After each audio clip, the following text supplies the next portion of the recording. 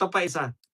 Eto, nakakatawa to si Erwin Tulfo, di ba? Ibabangga po natin yan sa isang dating Chief Justice. Sabi ni Erwin Rafi pala to. Sabi ni Rafi Tulfo ngayon, 15 boto lang ang kailangan, hindi 16 para makonvict si BP Sara. Sa ngayon, 22 kung 2/3, that's 14.6 which is equivalent to 15 senators lang.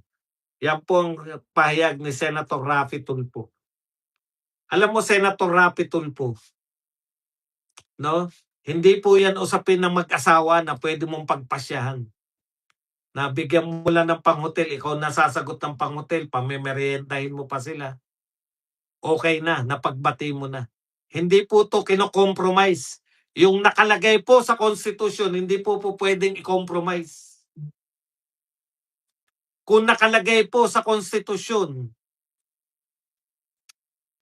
na 24 ang senador ay 16, kinakailangan mo munang tanggalin yung mga senador para mawala po sila.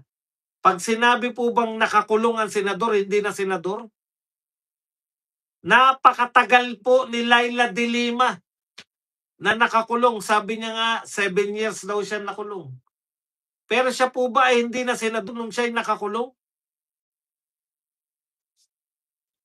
Senador pa rin si Laila de Lima. Hindi po ito nakukuha.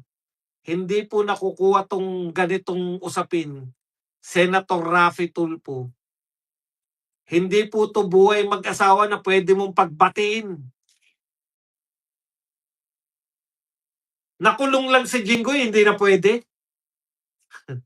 Hindi na siya nagtatago si Bato, kagagawan ng gobyerno dahil nakikipagtulungan sa ICC.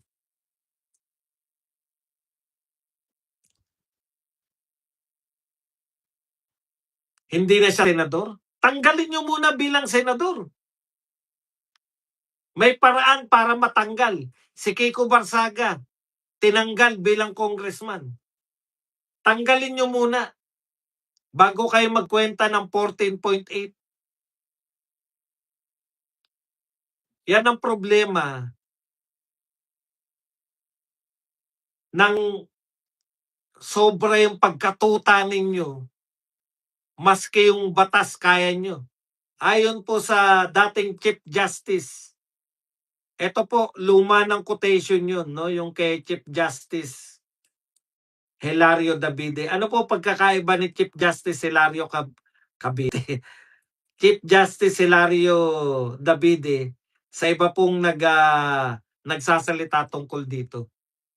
Si Chief Justice Hilario Davide, bukod po sa Chief Justice siya po ay isa sa mga gumawa ng konstitusyon. Kaya po kung meron pong mas may karapatan pong mag-interpret niyan, yung dating Chief Justice at kasama sa mga gumawa ng konstitusyon. Okay. Sabi niya noon,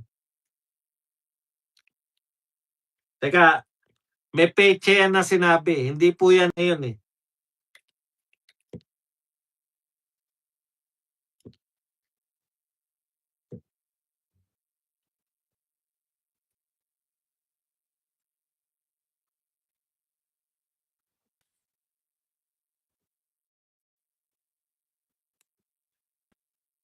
Okay. Paliwanag ko lang po sa inyo yung sitwasyon. Kareho po ito ng sitwasyon ngayon. Former Chief Justice Hilario Davide, a framer of the 1987 Constitution, said that 16 votes are required to convict because the Constitution requires a vote of 2/3 of the Senate's 24 members. According to Davide, only 23 senators would be voting. Thus, if 7 senators, sinabi niya po to, may pecha po to nung sinabi niya eh. May pangyayari po na 23 lang po yung senador na makakaboto. Okay. Hindi ko lang alam, hindi nakalagay rito kung kailan niya sinabi to. Okay.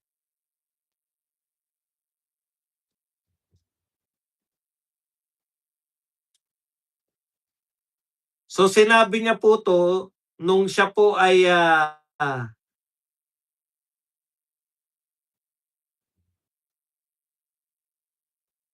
lalagay ko nga when.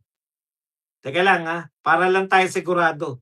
Hindi po niya ngayon sinabi 'to, eh. When did Davide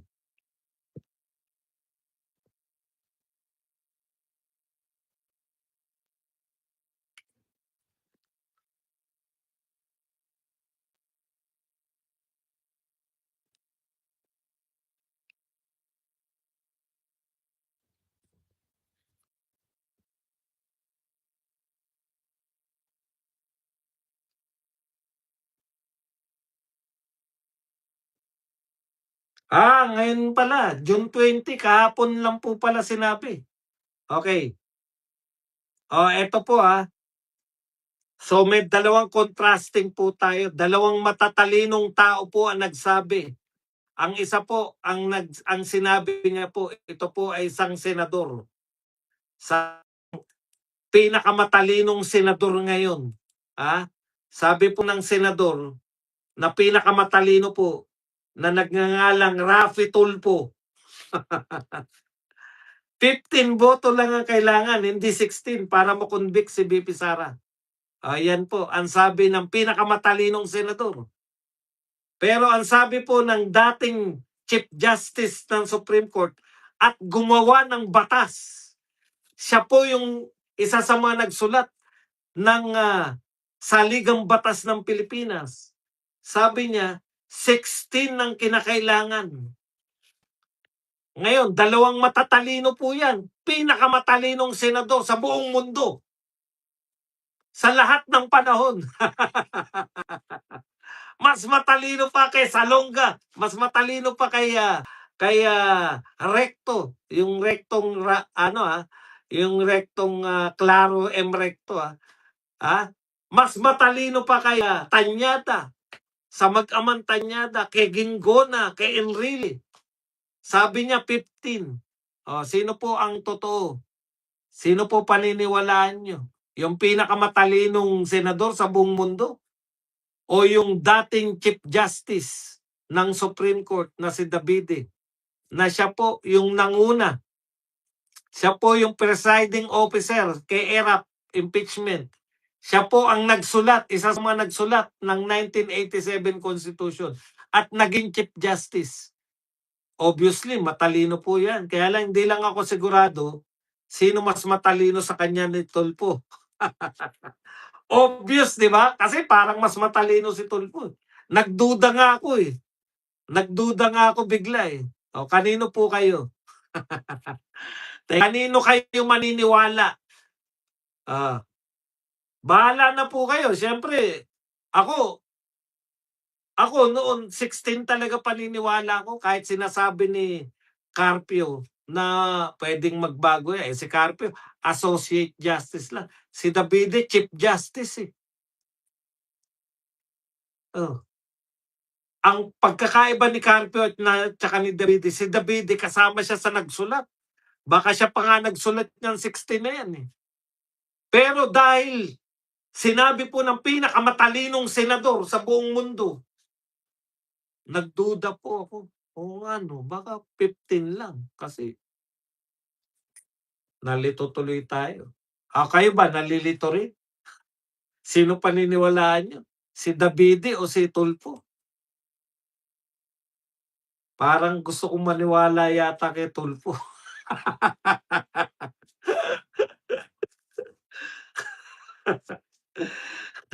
Yan lang